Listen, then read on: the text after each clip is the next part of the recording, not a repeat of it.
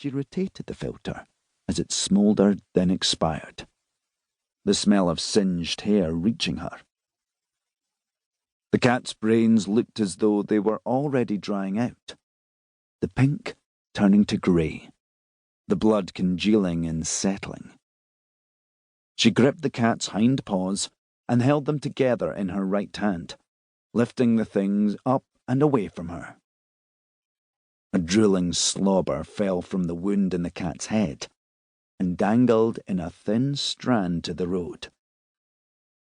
Alice swung once, twice, keeping the corpse away from her dress, and then released, falling through onto her tiptoes, and the cat soared, rotated, twisted a little, visible only in the moonlight, and landed lightly in the loch. There was barely a splash.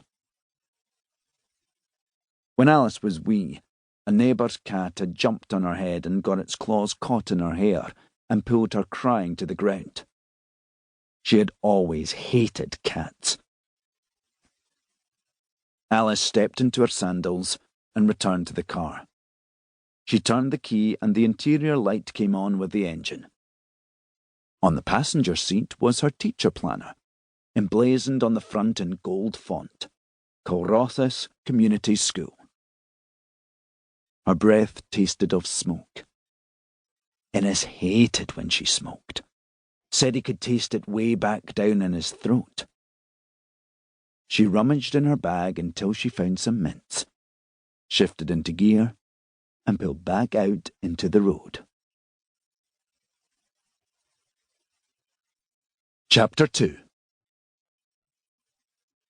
The phone box felt small with the door closed. Its glass sides sealed Sandy in from the fresh air, and it was hot and muggy. He stood with his hand resting on the receiver so that he could pick up on the first ring, knowing how loud that sudden noise would feel in the quiet of the night. He had used this phone for years when he was a child, making hundreds of phone calls to his father, asking for lifts home and extra pocket money when he had ventured too far and spent everything he had on sweets. His breathing was just returning to normal after the long, difficult hike through the heather-quilted glen, his heart rate settling. His feet were sodden from losing his bearings and skirting a marsh.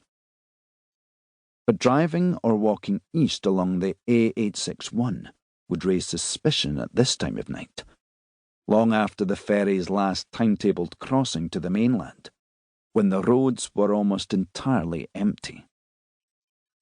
The ferry was moored a little way out from the shore, its engines dead, with a few lights at the highest point of the mast twinkling. This ferry took only 7 minutes to shuttle people back and forth to the mainland. After its last crossing at 8 p.m, the only way to escape the peninsula was to drive for 3 hours around the loch.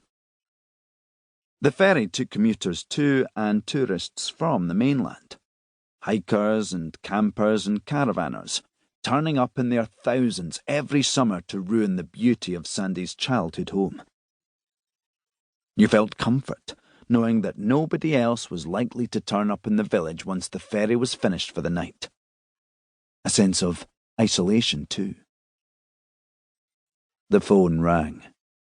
Sandy snapped it up, the noise echoing around the small chamber. He glanced up and down the road, one direction leading to the ferry terminal a little way up the loch side, the other winding through the glen for some miles, back to Cullrothes. He saw nothing, heard silence. He lifted the receiver to his face. Hello? Hi.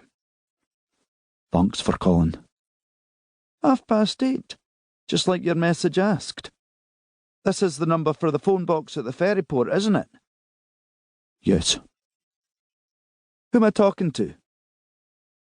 I want you to buy a story from me. You do that sort of thing, right? Depends on the story. What have you got? I need money for it. If the story's good, we'll pay, but it depends. Sandy glanced up and down the road again.